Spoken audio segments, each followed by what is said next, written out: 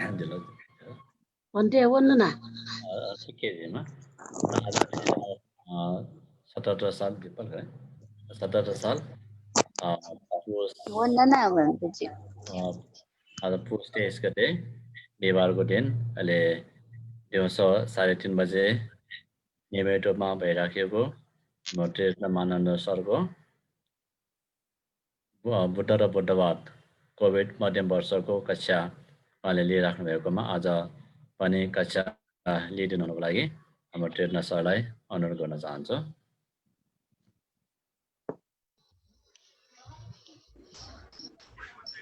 वन्दना भन्दैछु। नमस्ते president sir. नमस्ते। नमो तस्स भगवतो वरहतो सम्मा सम्बुद्धस्स। श्रद्धेय बोधिज्ञान मन्त्रीलाई वन्दना। उपस्थित सबैलाई मङ्गल मैत्री कामना। अब मन्त्रीले भन्नुभए जस्तै कोभिड मध्यम वर्षको बुद्ध र बुद्धवाद अन्तर्गतको विषयमा आज नयाँ अध्यायको रूपमा रहेको आत्म अनात्म समस्या भन्ने विषयमा अनात्मवादकै कुरालाई अघि बढाउने क्रममा म यहाँ अगाडि बढ्ने प्रयास गरिरहेको छु।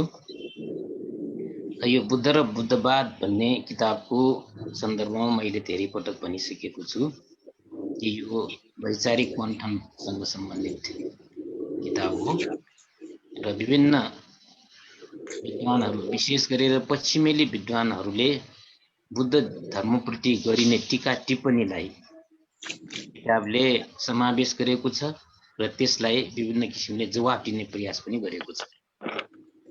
त्यसकारण चाहिँ बुद्धको शिक्षा र बुद्धको दर्शन र बुद्ध बौद्ध साहित्य सम्बन्धी विभिन्न कुराहरू जुन श्रद्धावश हामीले स्वीकार गरिरहेका हुन्छन् भने त्यसलाई विभिन्न किसिमले एक किसिमको चुनौती पनि आइरहेको हुन्छन् र जुन चाहिँ विद्वत वर्गबाट विभिन्न किसिमको चुनौतीलाई यस किताबले निराकरण गर्ने कार्य गरेको छ। आजको टपिक आत्म अनात्म समस्यामा पनि त्यही चुनौती जुन चाहिँ विद्वत वर्गहरूले दिइरहेको चाहिँ छ अथवा प्रश्नहरू सोधिरहेको छ, संशयहरू उत्पन्न गरिरहेको छ बुद्ध धर्मको सैद्धान्तिक पक्षलाई लिएर त्यसलाई जवाफ दिने क्रममा यो आजको टपिक छ। विशेष गरेर एकजना पाली विज्ञको रूपमा सुविख्यात भएकी मिसेस राइस डेभिस भन्ने छ र उहाँ पालिटेक्स सोसाइटीका संस्थापक पनि हुन् हैन। अब यो राइस डेभिसको श्रीमती हुनुहुन्छ उहाँ, जुन चाहिँ पालिटेक्स सोसाइटीको स्थापना गर्ने उहाँकै श्रीमती र उहाँले पनि यो पालिटेक्स सोसाइटीमा धेरै किताबहरू अनुवाद गर्ने कार्य गर्यो। तर एउटा विषयमा उहाँले बार बार कुरा उठाउनु भयो कि चाहिँ बुद्धले अनात्म बारे जुन चाहिँ शिक्षा दिनुभएको हो त्यो चाहिँ पिटक अगाडिको कुरा अगाडिको लिटरेचरमा छैन, यो पछिकोमा मात्र थपिएको हुन सक्छ। वास्तवमा बुद्धले जुन अनात्मवादी भनेर जुन भन्नुभएको कुरा त्यसलाई चाहिँ विज्ञहरूले अथवा पछिका जुन विद्वानहरूले अनावश्यक रूपमा यसलाई टन्काएर लगेको भन्ने किसिमको सम्मको कुरा चाहिँ उहाँले गरेको चाहिन्छ।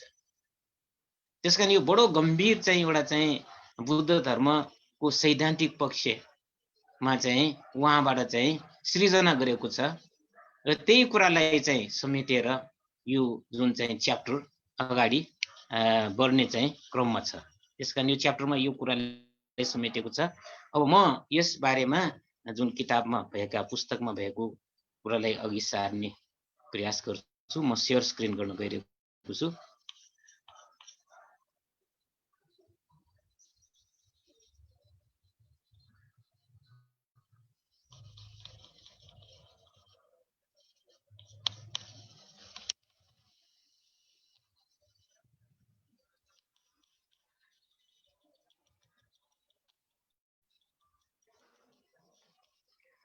अब बुद्ध र बुद्धवाद परियतिसद्धम्म कोविद मध्यम वर्ष तह 9 को अनात्मवाद अन्तर्गतको अध्याय अनात्मवाद अध्याय अन्तर्गतको ख अथवा चाहिँ यसको फेरि चाहिँ सब टाइटलको रूपमा छ आत्म अनात्म समस्या। त्यही अनात्मवादलाई चाहिँ एक किसिमले जुन विभिन्न किसिमले चुनौती दिने कार्य गर्यो त्यसलाई निराकरण गर्ने हेतुले यो कुरा भइरहेको हो।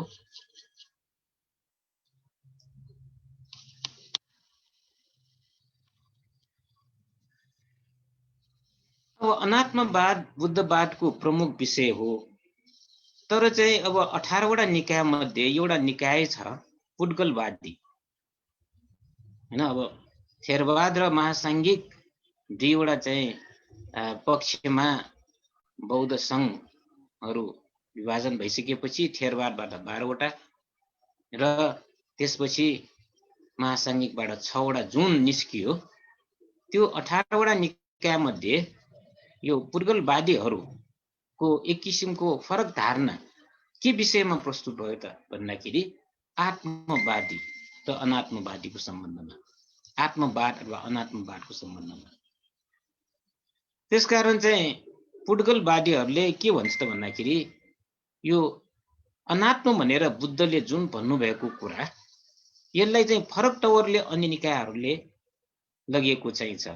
अन्य निकायहरूले यसलाई जुन एउटा चाहिँ विश्लेषण गर्ने कार्य भएको चाहिँ छ र यो पुड्गलवादीहरूकै समूहको रूपमा बज्जीपुटक र समितियको वादको रूपमा रहेको पुड्गलवादले के भन्छ त भन्दाखेरि उपनिषदमा भएको आत्मालाई चाहिँ बुद्धले स्वीकार गरेको छैन भनेर जुन थेरवादमा उल्लेख भयो बमोजिम, अनात्मवादलाई मतलब यो पुड्गलवादले पूर्ण रूपमा स्वीकार गर्न सक्दैन।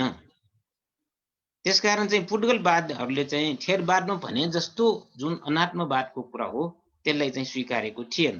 त्यसको मतलब उनीहरू आत्मवादी पनि होइन भनेर उनीहरूले फेरि स्पष्टीकरण दिएको चाहिँ छ।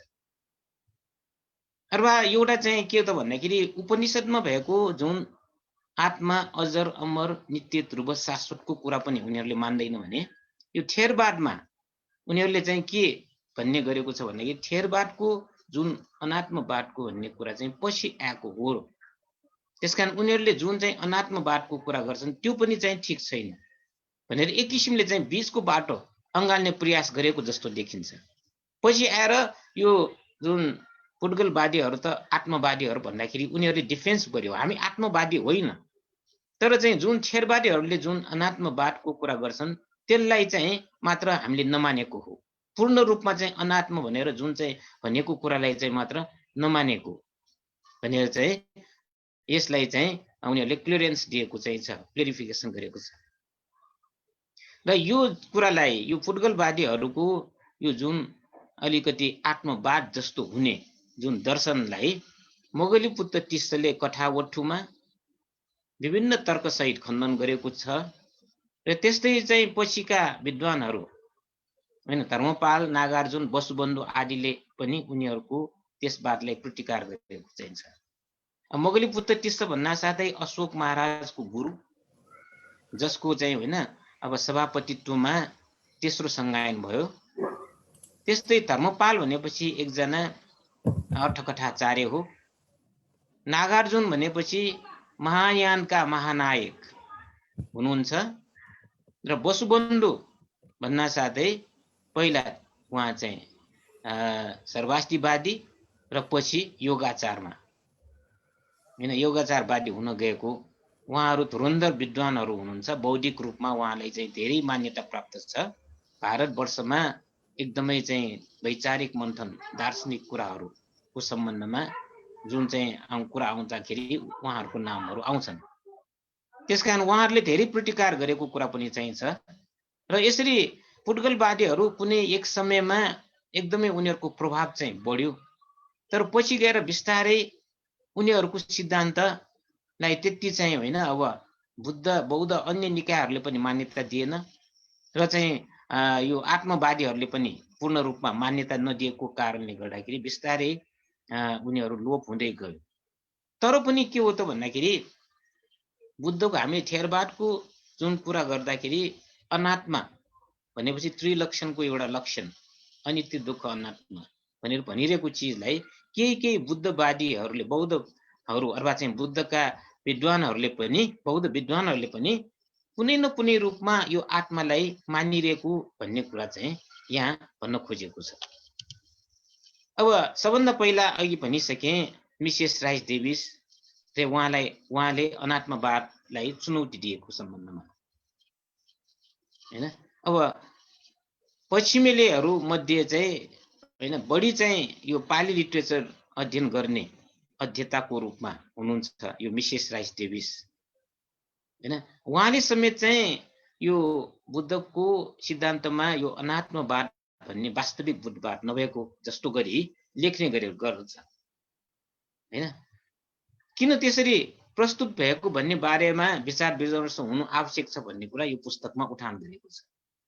मिसेस राइस डेभिस जस्तो अग्रणी व्यक्तित्व जो चाहिँ पाली लिटरेचरको चाहिँ विशेषज्ञ उहाँले समेतै अनात्मवाद वास्तविक बुद्धवाद नभएको भन्ने जुन चाहिँ जिकिर अथवा चाहिँ त्यस्तो किसिमको चाहिँ लिटरेचर लेखेर जानुभयो त्यो एउटा चाहिँ के हो त भन्दाखेरि त्रिलक्षणको बारेमा जानकारी प्राप्त भएका बौद्धहरूको लागि ठुलो चुनौतीको रूपमा रहेको चाहिँ छ हैन।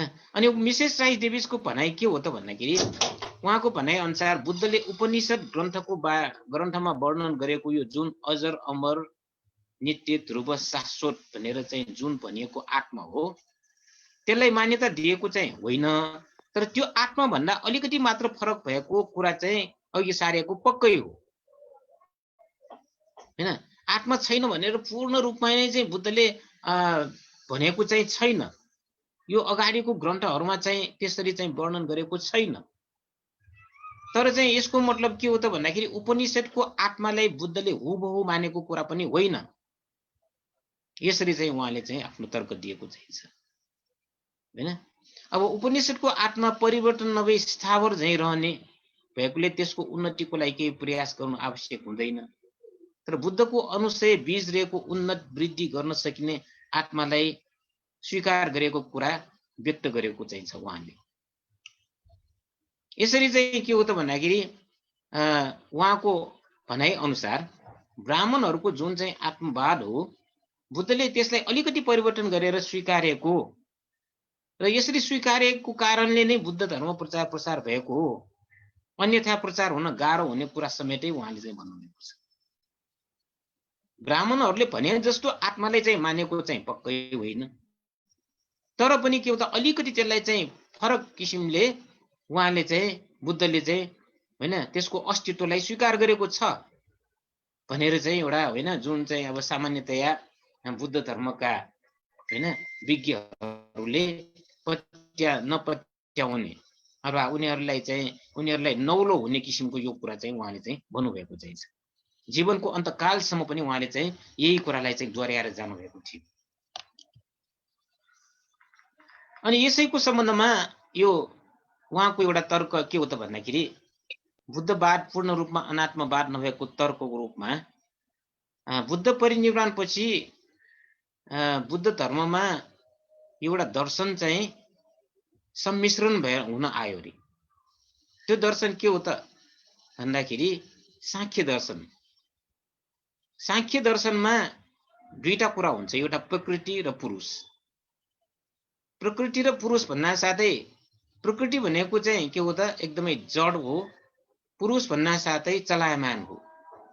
अब यसलाई चाहिँ उनीहरूले चाहिँ यो प्रकृति भनेको रूप र चाहिँ पुरुष भनेको नाम भनेर यसरी नाम रूप चाहिँ जुन कुरा चाहिँ छ यो प्रकृति र पुरुष जुन सांख्य दर्शनबाट चाहिँ आएको हुन सक्छ। त्यसकारण चाहिँ पिटकाचार्यहरूले आफ्नो अनुकूल आत्मालाई तिरस्कार गरेको भन्ने कुरा उल्लेख गरेको चाहिँ छ। सांख्य दर्शनको आधारमा हैन यो प्रकृति र पुरुषलाई चाहिँ को जुन सिद्धान्त चाहिँ छ सांख्य दर्शनको त्यसलाई चाहिँ अगाडि बढाउने अथवा त्यसलाई स्वीकार गरेर आत्मवादलाई पूर्ण रूपमा तिरस्कार गरेको भन्ने किसिमको आरोप चाहिँ छ हैन। बौद्ध विद्वानहरूलाई परिनिर्वाणपछि विकास भएको बाटको रूपमा यसलाई लिएको चाहिन्छ। र यसरी बुद्धवाद चाहिँ अनात्मवाद चाहिँ भए तापनि पूर्ण रूपमा अनात्मवाद नभएको तर्क उनीहरू गर्छन्। तर यो कुरा चाहिँ बुद्ध धर्मलाई गहिरिएर अध्ययन गर्नेहरूको लागि आधारविहीन र युक्तिविहीन देखिन्छ। यो कुरा स्वीकार गर्न कोही पनि बौद्ध तयार हुँदैन वास्तवमा, हैन। अलिअलि आत्मवादी भन्ने जस्तो चाहिँ भयो। अनात्मवादी भन्दै पनि आत्मवादलाई चाहिँ मान्ने किसिमको यो तर्क चाहिँ हैन उहाँले चाहिँ गर्नुभएको चाहिँ छ। अनि अब यसको सम्बन्धमा बुद्धले हैन विभिन्न विषयहरू विभिन्न धर्म देशना गर्ने क्रममा सुत्त निपातको पारायण वर्गमा आत्मा शून्य स्वभावलाई देख्ने गरी भाविता गर्नुपर्छ भन्नुभएको चाहिन्छ, हैन। यसबाट आत्मालाई बुद्धले अस्वीकार गरेको स्पष्ट छ।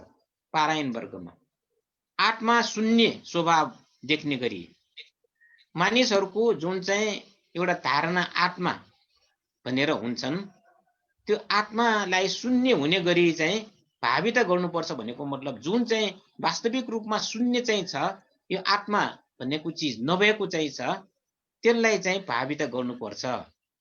भाविता भनेपछि के हो त? एक किसिमले चाहिँ साक्षात्कार गर्नुपर्छ, अभ्यास गरेर साक्षात्कार गर्ने। यस हिसाबले बुद्धले आत्मालाई अस्वीकार गरेको स्पष्ट छ, हैन। अनात्माको विषयमा अब पाली साहित्यमा पञ्चस्कन्ध आत्मा होइन, पञ्चस्कन्धमा पुद्गल सत्वलाई परमार्थ हिसाबले पाउँदैन, फलानुले अनुभव गर्छ स्पर्श गर्छ भन्ने उपदेश गर्नुभन्दा प्रकृति समुत्पाद धर्मलाई उपदेश गर्छु भन्ने तथागत वचन भएको कारणले पञ्चस्कन्ध बाहिर आत्मा छ कि भन्ने धारणा आत्मावादीहरूले राख्ने गरेको छ। एउटा कुरा त्यही हो। के हो त भन्दाखेरि अनात्मवादको विषयमा पाली साहित्यमा कसरी कुरा राखेको छ भन्दाखेरि पञ्चस्कन्ध आत्मा होइन, पञ्चस्कन्ध भन्दा साथै रूप वेदना संज्ञा संस्कार र विज्ञान र पञ्चस्कन्धमा पुद्गल सत्वलाई परमार्थ हिसाबले पाउँदैन भनेर यसरी फलानुले अनुभव गर्छ स्पर्श गर्छ भन्ने उपदेश गर्नु भन्दा चाहिँ यो प्रतीति समुत्पन्न हो, हेतु प्रत्ययद्वारा यो उत्पत्ति हुने हो भन्ने कुरा चाहिँ जुन गरेको चाहिँ छ। त्यसमा एउटा कुरा के छ भन्दाखेरि पञ्चस्कन्ध आत्मा होइन भनेर भन्यो, तर पञ्चस्कन्धको बाहिर आत्मा छ कि भन्न खोजेको भन्ने किसिमले फेरि आत्मवादीहरूले चाहिँ हैन धारणा राख्ने काम गरेको चाहिँ छ। अनात्माको बारेमा वर्णन गर्ने क्रममा रूप वेदना संज्ञा संस्कार विज्ञान अनात्मा हो भनेर भन्यो भने अब हामीले चाहिँ यो दोस्रो सूत्र हैन अनन्त लक्षण सूत्रमा हैन यो चाहिँ के हो त पञ्चस्कन्धलाई चाहिँ अनात्मा हो, रूप वेदना संज्ञा संस्कार विज्ञान यो पहिला के हो त अनित्य हो। अनित्य भएपछि त्यसलाई सुख भन्नु मिल्दैन, दुःख भन्नुपर्छ र जुन चाहिँ अनित्य छ जुन दुःख छ त्यसलाई आफ्नो र आफू भन्नु चाहिँ मिल्दैन, अनात्मा भन्नुपर्छ भनेर बुद्धले चाहिँ भन्नुभएको हो। त्यसकारण यो अनात्मा भन्ने कुरा चाहिँ विशेष गरेर बुद्धले पञ्चस्कन्ध क्षेत्रको कुरालाई चाहिँ भनेको हो। तर संसार त पञ्चस्कन्ध मात्र होइन, पञ्चस्कन्ध बाहिर पनि चाहिँ संसार छ भने अब यो पञ्चस्कन्ध बाहिरको संसारमा आत्मा छ भनेर भन्ने किसिमले तर्क गर्नेहरू पनि चाहिन्छन्। खालि चाहिँ पञ्चस्कन्ध मात्र के हो त भन्दाखेरि आत्मा छैन, त्यसमा मात्र आत्मा छैन, तर पञ्चस्कन्ध बाहिर छ, पञ्चस्कन्ध बाहिर आत्मा छ कि भन्ने धारणा चाहिँ यो आत्मवादीहरूले चाहिँ राख्ने गरेको चाहिन्छ। तर एउटा कुरा यसमा चाहिँ हामीले अध्ययन गर्दै गयो भने के हुन्छ भन्दाखेरि हामीले जुन भित्र चाहिँ जुन चाहिँ अनुभव गर्छौं त्यही बाहिर पनि चाहिन्छ। अज्जत वा बहिदा हैन, हाम्रो चाहिँ जीवनमा हाम्रो जुन शरीरमा जुन जस्तो भइरहेको चाहिँ छ, हाम्रो शरीरमा जस्तो किसिमको कुराहरू हुन्छन् त्यस्तै किसिमले चाहिँ बाहिर पनि त्यस्तै भइरहेको हुन्छ, एउटै स्वभाव हुन्छ भने बुद्धले बार बार भन्नुभएको चाहिँ छ हैन। अज्जत वा बहिदा भनेर यो चाहिँ भित्र र बाहिरको बारेमा अभ्यास गराउने काम चाहिँ बुद्धले गर्नुभएको चाहिँ छ। सतिपट्टन सूत्रमा बार बार आउँछ अजतवा वैदा काये कायानुपसी विरति हैन अजतवा वैदा वेदनानुपसी विरति चित्तानुपसी विरति भनेर यसरी भन्नुभएको चाहिँ छ। त्यस कारणले गर्दाखेरि के हो त भन्दाखेरि पञ्चस्कन्ध बाहिर आत्मा छ भन्ने जुन धारणा यसलाई चाहिँ मिल्ने कुरा होइन भनेर भन्न सकिन्छ। अनि अर्को कुरा के हो त भन्दाखेरि तीनवटा गाथा छ हैन यो अनित्य दुःख अनात्मको यो बार हामीले चाहिँ वाचन पनि भइसकेको चाहिँ छ। यो कुराको बारेमा थाहा पनि होला। सब्बे संखारा अनिच्चाति हैन यदा पयाय पश्यति अथ निबिन्दति दुःखे ये समग्र विशुद्धि हैन सबै संस्कार के हो त अनित्य हो हैन। यसलाई प्रज्ञा ज्ञानले चाहिँ यदि जान्न सक्यो भने मानिसहरू चाहिँ के हो त दुःख मानिसहरूको दुःख निवारण हुन्छ। यही नै विशुद्धिको मार्ग भनेर भन्नुभएको चाहिँ छ बुद्धले। त्यस्तै सबै संखारा दुःखाति सबै संस्कार पनि दुःखपूर्ण चाहिँ छ। यसलाई प्रज्ञा ज्ञानले थाहा पाउनु पर्छ। त्यसपछि मात्र के हो त दुःखबाट मुक्त होइन्छ भन्ने कुरा गर्नुभएको छ। तर तेस्रो गाठामा के छ भन्दाखेरि सब्बे धम्मा अनत्ताति यहाँ अलिकति कुरा फरक भयो। सब्बे संखारा अनिच्चाति भन्यो, सब्बे संखारा दुःखाति पनि भन्यो, सब्बे संखारा अनत्ताति भनेन, सब्बे धम्मा अनत्ताति। अनि यो चाहिँ जुन चाहिँ अब राइटरले यही कुरालाई चाहिँ अगाडि सारेर के भनेको भन्दाखेरि यो जुन चाहिँ अनात्मको कुरा गर्दाखेरि भगवान बुद्धले सब्बे धम्मा सबै धर्म भनेपछि के हो त भन्दाखेरि संस्कृत र असंस्कृत धर्म। संस्कृत भनेको के हो त हेतु प्रत्ययद्वारा निर्माण हुने चिजलाई संस्कृत भन्छ हैन। अनि हेतु प्रत्यय बिना नै निर्माण हुनेले चाहिँ के हो त असंस्कृत भन्छ। अब असंस्कृत धातुको कुरा चाहिँ गर्दाखेरि अब पाली लिटरेचरमा त्यति कुरा चाहिँ आउँदैन जति चाहिँ महायान लिटरेचरमा आउँछ, जति संस्कृत लिटरेचरमा आउँछ। सब्बे धम्मा अनत्तातिको कुरा गरेको भनेको मतलब बुद्धले चाहिँ सबै धर्म सबै संस्कार र असंस्कृत धर्म दुवैलाई चाहिँ भन्न खोजेको हो। त्यसैले पञ्चस्कन्ध बाहिर चाहिँ जुन चाहिँ पञ्चस्कन्धको सम्बन्धमा मात्र अनात्म भनेको होइन कि पञ्चस्कन्धको बाहिर पनि चाहिँ अनात्म भनेको भन्ने कुरा सिद्ध गर्न सकिन्छ भन्ने कुरा हो। किनभने संस्कृत धातु र असंस्कृत धातु पञ्चस्कन्ध भनेको संस्कृत धातु हो। तर त्योभन्दा बाहिरको चाहिँ असंस्कृत धातु जति पनि चाहिँ छन्, जस्तै फर इक्जाम्पल असंस्कृत धातु भनेको आकाश असंस्कृत धातु हो, निर्वाण असंस्कृत धातु हो। यिनीहरू पनि के हो त भन्दाखेरि अनात्मा हो भनेर क्लियरली भनेको कुरा चाहिँ यसरी एउटा मतलब प्रश्न पार्ने काम चाहिँ गरेको छ। र अनि एउटा जुन अनात्माको कुरा आउँदाखेरि बजिरा स्थविरा अथवा बजिरा भिक्षुनीको बारेमा कुरा आउँछ। बजिरा भिक्षुनीको सम्बन्धमा अनात्माको विश्लेषण गर्ने कार्य चाहिँ विशेष गरेर कठावटुका आचार्य र नागसेन भन्तेले हैन यसको उहाँको चाहिँ भनाइलाई उद्घृत गर्दै अनात्म धर्मलाई पुष्टि गरेको चाहिँ छ हैन। कठावटुका आचार्य भनेपछि को हो त मोगलीपुत्र टिस्स अशोकको गुरु। नागसेन भन्ते भन्ना साथै के हो त भन्ना साथै हैन करिब करिब बुद्धको परिनिर्वाणको 500 वर्षपछि यवन अथवा चाहिँ यवनमा एउटा एकदमै नामी एकदमै हाजिर जवाफमा चाहिँ पर्फेक्ट एकदमै तर्क वितर्क गर्न सक्ने राजाको रूपमा देखा परेको नागसेन हैन उहाँलाई के तर्क वितर्क गर्न सक्ने राजा जुन मिलिन्द हो, मिलिन्दलाई चाहिँ हैन तर्क वितर्क गर्न आउनुभएका भिक्षु भयो नागसेन हैन। मिलिन्दको र नागसेनको एउटा संवादको किताब पनि छ, सबैलाई थाहा नै छ मिलिन्द प्रश्न भन्ने।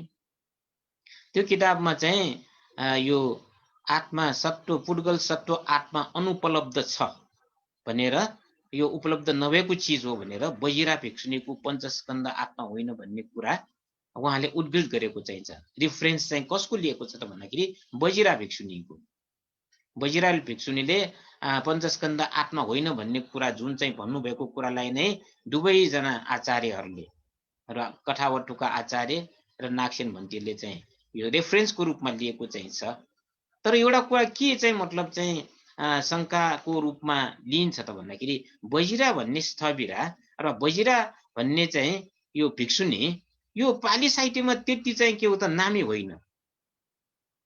उहाँले भनेको कुरा होइन सारीपुत्रले भने जस्तो चाहिँ होइन र उहाँ चाहिँ पाली साहित्यमा त्यति चाहिँ होइन रेपुटेड अथवा फेमस नै नभएको त्यति पाली साहित्यमा त्यति नै नाम नआउने एकजना भिक्षुले यस्तो भन्यो भने आधारमा यो अनात्म धर्मलाई चाहिँ पुष्टि गर्नको लागि होइन पर्याप्त छैन।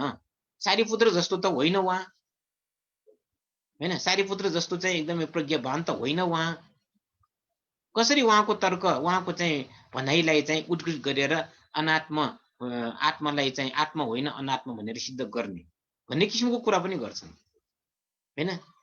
यसरी चाहिँ के हो त यो च्यालेन्जको रूपमा चाहिँ यो विभिन्न चाहिँ होइन विद्वानहरूले लिने गरेको चाहिँ छ।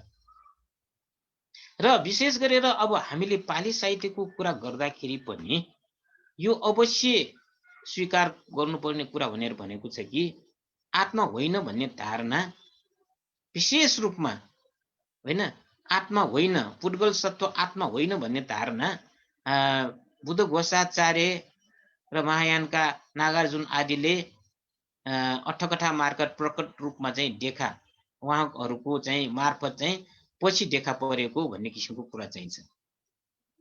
र पञ्चस्कन्ध आत्मा होइन भन्ने कुरालाई आधार बनाई परमार्थ हिसाबले पुद्गल आत्मा छैन भने रोकवा गर्नु उचित छ वा छैन भन्ने प्रश्न जुन चाहिँ अघि भने मैले त्यही चाहिँ त्यसैलाई चाहिँ फेरि चाहिँ यहाँ चाहिँ दोहोर्याएको चाहिँ छ। र त्यही मिस राइस डेभिसले नै चाहिँ के हो त भन्दाखेरि पञ्चस्कन्ध भनेर जुन चाहिँ खण्डको कुरा हुन्छ 5 वटा स्कन्धको कुरा हुन्छ यो खण्ड भन्ने कुरा पछि मात्र पिटकमा घुसिएको विश्लेषण चाहिँ उहाँले गर्नुभएको चाहिँ छ। उहाँको धारणा नै राइस डेभिसको धारणा नै चाहिँ बुद्ध चाहिँ जुन अनात्मवादी भनेर भनिन्छ त्यो वास्तवमा अनात्मवादी भनेर पूर्ण रूपमा अनात्मवादी होइन भनेर जुन कुरालाई तर्क गर्दा गर्दै उहाँले चाहिँ यो स्कन्द अथवा खण्ड भन्ने कुरा पनि पछि मात्र घुसेको हो होइन। खण्डको बारेमा धेरै कुरा चाहिन्छ, पञ्चस्कन्धको कुरा चाहिन्छ होइन। यतो यतो सम्मसति खण्डानं उदय व्ययं स्कन्दको उत्पत्ति र विनाशलाई चाहिँ हेर्ने हैन। खण्डानं उदय व्ययं लवती पीटी पामोजङ अमतङतङ बिजानतङ भनेर जुन कुरा चाहिँ स्कन्दको बारेमा धेरै कुराहरू चाहिँ छन् भने त्यो वास्तवमा बुद्धकाल भन्दाखेरि पनि पछि खुसिएको विश्लेषण गर्नुभएको चाहिँ छ। यो चाहिँ अनुसन्धानको विषय हो। पछिका विद्वानहरूले चाहिँ यो राइस डेभिसले जुन भन्नुभएको कुरा चाहिँ होइन पूर्णतया ठिक छैन, स्कन्दको कुरा अगाडि नै छ भनेर चाहिँ भन्नुभएको चाहिँ छ। स्कन्दको कुरा बुद्धले अगाडि पनि भन्नुभएको छ, पाली साहित्यमै पनि छ भनेर भन्नुभएको चाहिँ छ। तर त्यो पाली साहित्य जुन चाहिँ स्कन्दको कुरा भएको पाली साहित्य भनेको पछि चाहिँ जोडिन आएको भन्ने किसिमको उहाँको फेरि चाहिँ आफ्नै चाहिँ होइन एउटा चाहिँ जिद्दी छ, जिद्दीपन चाहिँ छ। उहाँले त्यो जिद्दीपनलाई चाहिँ छोडेको चाहिँ कुनै पनि हालतमा छोडेको देखिँदैन। त्यसकारण चाहिँ यो अनात्मवादको धारणा बुद्धवादप्रतिको चाहिँ होइन बुद्धवादको चाहिँ धारणा चाहिँ पूर्ण रूपमा होइन भन्ने कुरा उहाँले बार बार कुरा उठाउनु भएको चाहिँ छ। अब पहिला चाहिँ वास्तवमा राइस डेभिस चाहिँ त्यस्तो किसिमको धारणा राख्ने व्यक्ति महिला थिएन, पछि मात्र चाहिँ त्यो उत्पन्न भएको थियो भनेर कसैले भन्छन् हैन। र चाहिँ मिसेस राइस डेभिसले यसरी कुरा गर्दाखेरि पनि होइन गरे तापनि पश्चिममा धेरै यस्ता चाहिँ होइन पश्चिमेलीहरू पनि छन् जसले यो आत्मा नभएको कुरालाई नै चाहिँ धेरैले मान्ने गरेका चाहिँ छन् हैन। त्यसकारण चाहिँ यो सम्पूर्ण बौद्ध निकायको एकमतको रूपमा जुन चाहिँ अनात्मवादको कुरा आइरहेको चाहिँ छ, तर त्यसलाई समय समयमा एकदमै चुनौती दिने कार्य चाहिँ विभिन्न विद्वानहरूले गरेको छ भनेर भन्न सकिन्छ। अनि अब एउटा तर्क चाहिँ के छ भन्दाखेरि बुद्धले धर्म प्रचार प्रसार गर्ने क्रममा धेरै ठाउँमा बुद्धले विरोधको सामना गर्नु परेको थियो। बुद्धलाई विरोध गर्नेहरू धेरै थियो। हैन।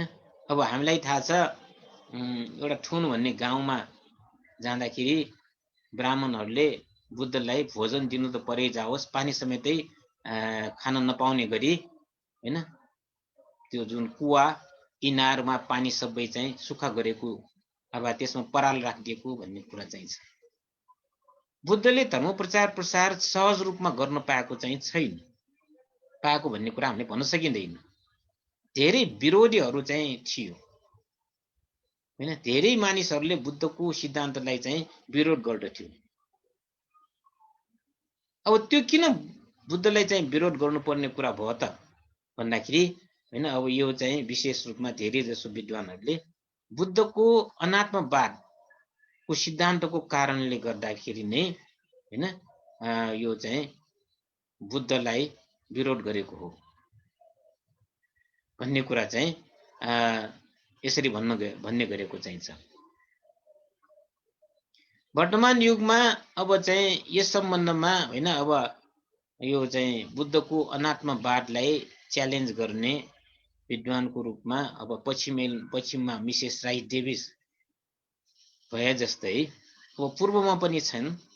विशेष गरेर राधाकृष्णन भनेर भारतको राष्ट्रपति र कुमारी स्वामी भन्नेपछि एकजना विद्वान, विशेष गरेर यो बौद्ध यो वास्तुकला सम्बन्धी खोज गर्ने काम चाहिँ गर्ने कुमार स्वामी, यिनीहरू दुईजनाले बुद्धले आत्मालाई स्वीकार अस्वीकार गरेको नगरेको तर्क गर्ने गर्दछ। बुद्धले उपनिषदको आत्मालाई चाहिँ अस्वीकार गरेको छैन भनेर उनीहरूले हैन आफ्नो जीवमान कालमा यस्तो किसिमले चाहिँ लेख्ने काम गरेको थियो। तर यसको जवाफमा समकालीन बौद्ध विद्वान विशेष गरी हैन राहुल साङ्कृत्यानले तथ्यपरक ढङ्गले टिप्पणी सहित उनीहरूको कुरालाई चाहिँ अस्वीकार गरेको थियो हैन। र राधाकृष्णन तथा यो कुमार स्वामीले बुद्धले अनात्मवादलाई चाहिँ हैन मानेको होइन, बुद्ध आत्मवादी नै हो भनेर यदि चाहिँ भनेको हो भने हैन त्यसबाट चाहिँ के एउटा चाहिँ निष्कर्ष निकाल्नु पर्ने छ भन्दाखेरि उनीहरू भन्दा अगाडिका वैदिकहरू जसले बुद्धको अनात्मवादलाई तिरस्कार गर्थे, बुद्धलाई विरोध गर्थे, उनीहरू मूर्ख साबित हुन्थ्यो। भनेको मतलब के हो त भन्दाखेरि बुद्धलाई जुन एउटा चाहिँ अनात्मवाद भनेर जुन धर्म प्रसारमा र पछिका बौद्ध साहित्यहरूलाई जुन विरोध गरिने वैदिकहरूले जुन विरोध गर्दथे, यदि साँच्चै नै चाहिँ राधाकृष्णनले बुद्धको शिक्षामा आत्मवादको कुरा चाहिँ पाएको भए ती चाहिँ अगाडिका हैन वैदिकहरूले विरोध गर्नुको कुनै औचित्य थिएन र ती वैदिकहरू त के हो त उनीहरू त मूर्ख साबित भयो। किनभने अब राधाकृष्णनले बुद्धको शिक्षामा आत्मवाद देख्यो, कुमार स्वामीले बुद्धको शिक्षामा आत्मवाद देख्यो, तर होइन धेरै अगाडिदेखि नै 2500 वर्ष अगाडिदेखि नै के हो त भन्दाखेरि बुद्धलाई अनात्मवाद भनेर जुन एउटा चाहिँ वैदिकहरूले विरोध गर्छ भने त्यो वैदिकहरू त थाहा नभएका अनभिज्ञ मूर्खहरू भयो भन्ने किसिमले चाहिँ उहाँ त्यो तर्क चाहिँ दिएको चाहिँ छ। त्यसकारण यो राधाकृष्णको तर्क कुमार स्वामीको तर्क ठिक छैन भन्ने कुरा हैन भन्न खोजेको। र अघि भने जस्तै के हो त भन्दाखेरि अनात्मवाद बुद्धले जुन चाहिँ धर्म देशना गरेको कारणले नै चाहिँ बुद्धलाई चाहिँ धेरै चुनौती आएको भन्ने कुरा हामीले भनिसके। विशेष रूपमा अनात्मवादको विरोध गर्ने बुद्ध समयमा विरोध गर्ने हुने चाहिँ ब्राह्मण समुदाय र जैन समुदाय थिए हैन।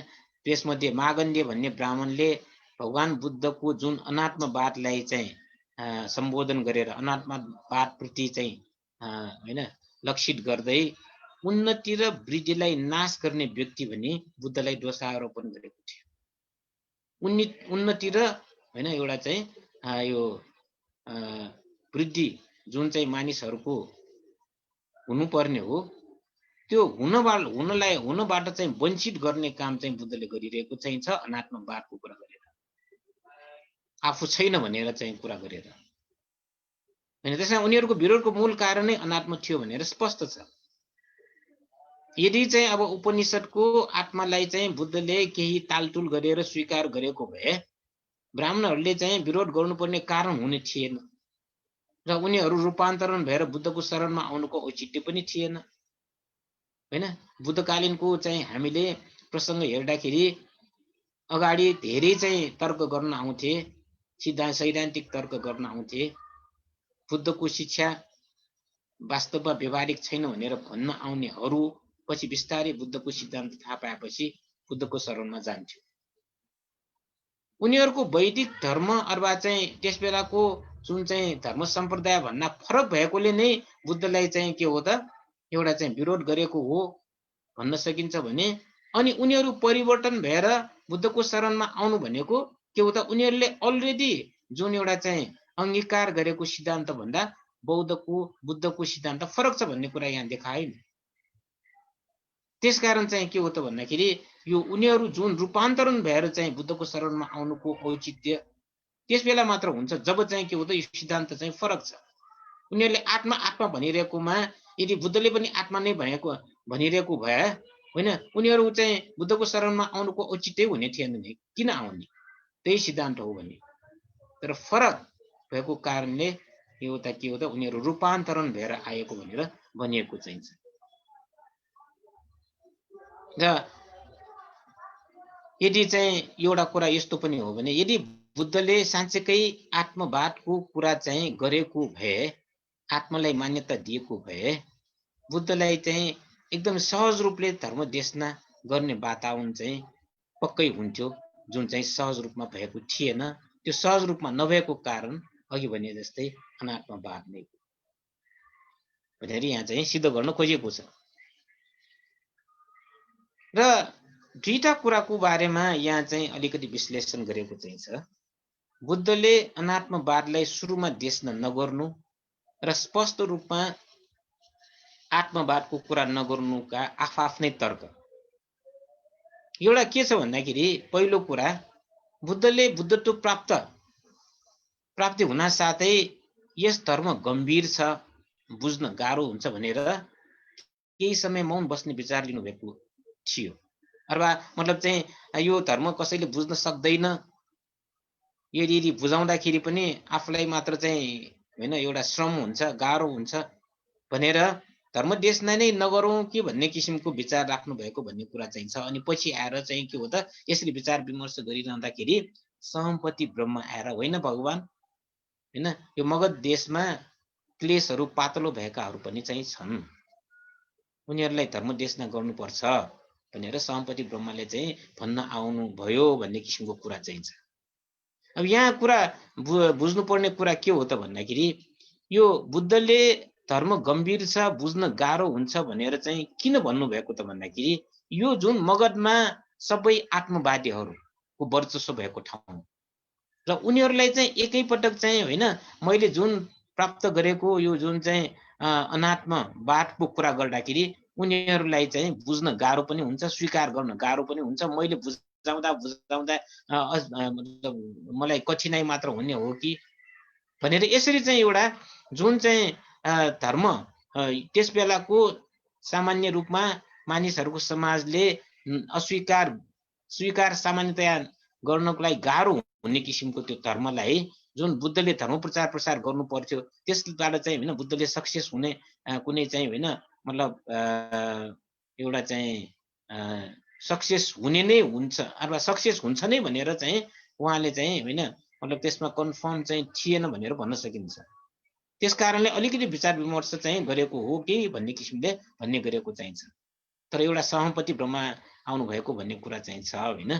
तर वास्तवमा सहमपति ब्रह्माको आधारमा मात्रै बुद्धले धर्म देशना गर्नु भएको होइन। बुद्धले त के हो त भन्दाखेरि बुद्धत्व प्राप्त गर्न साथै मार आएर बुद्धलाई एउटा के भन्न आउनु भएको थियो भन्दाखेरि, भगवान तपाईँले बुद्धत्व प्राप्त गर्नुभयो होइन, अब तपाईँ परिनिर्वाण हुनुहोस् भनेर भन्दाखेरि होइन भगवान बुद्धले म अहिले तुरुन्तै परिनिर्वाण हुन्न, जबसम्म मेरो सङ्घमा भिक्षु भिक्षुनी उपासक र उपास्यकहरू 101 भएर चाहिँ होइन धर्मलाई अगाडि लैजान सक्ने समर्थवान हुँदैन। उनीहरूमा त्यो सामर्थ्यता भइसकेपछि मात्र म परिनिर्वाण हुन्छु भनेर भन्नुको मतलब बुद्ध फ्रम भेरी बिगिनिङ उहाँले धर्म प्रचार प्रसार गर्ने कुरा त उहाँको मनमा त थियो नै छ। तर के हो त भन्दाखेरि एउटा अड्किएको बुद्धलाई पनि अड्काउने काम चाहिँ यो हुन सक्छ कि अनात्मवादीको जुन कुरा गर्नुपर्छ बुद्धको शिक्षालाई चाहिँ देश नगर्दाखेरि, तर सबैका सबै आत्मवादीहरू चाहिँ छन्, अलिकति गाह्रो हुन्छ कसरी मतलब प्रेजेन्टेसन गर्ने भन्ने कुरामा विचार विमर्श गरेको मात्र हुन सक्छ। किनभने भगवान बुद्धलाई शास्ता पनि भनिन्छ। शास्ता भनेको गुरु हो। कुनै कुरालाई कसरी प्रेजेन्ट गर्ने जसबाट चाहिँ अरूले बुझोस्, त्यो कुरा चाहिँ शिक्षकहरूको लागि चाहिँ एउटा चुनौती हुन्छ।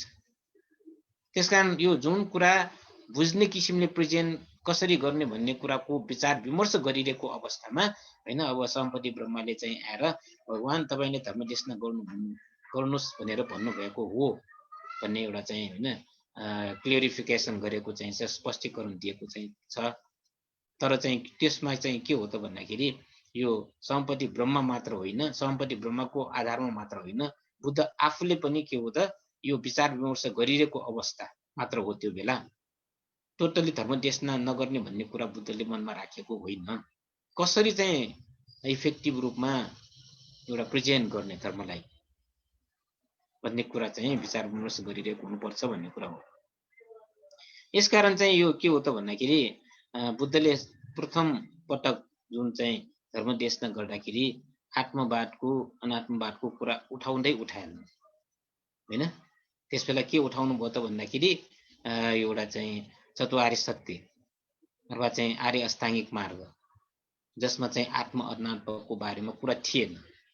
सरसर्ती के हो त 8 वटा चाहिँ अष्टाङ्गिक मार्गको विश्लेषण गर्नुभएको थियो हैन। अनि त्यसपछि अलिकति चाहिँ के हो त भन्दाखेरि यो त्यही कुरालाई चाहिँ अगाडि बढाउने क्रममा केही अरू कुरा पनि गर्नुभयो।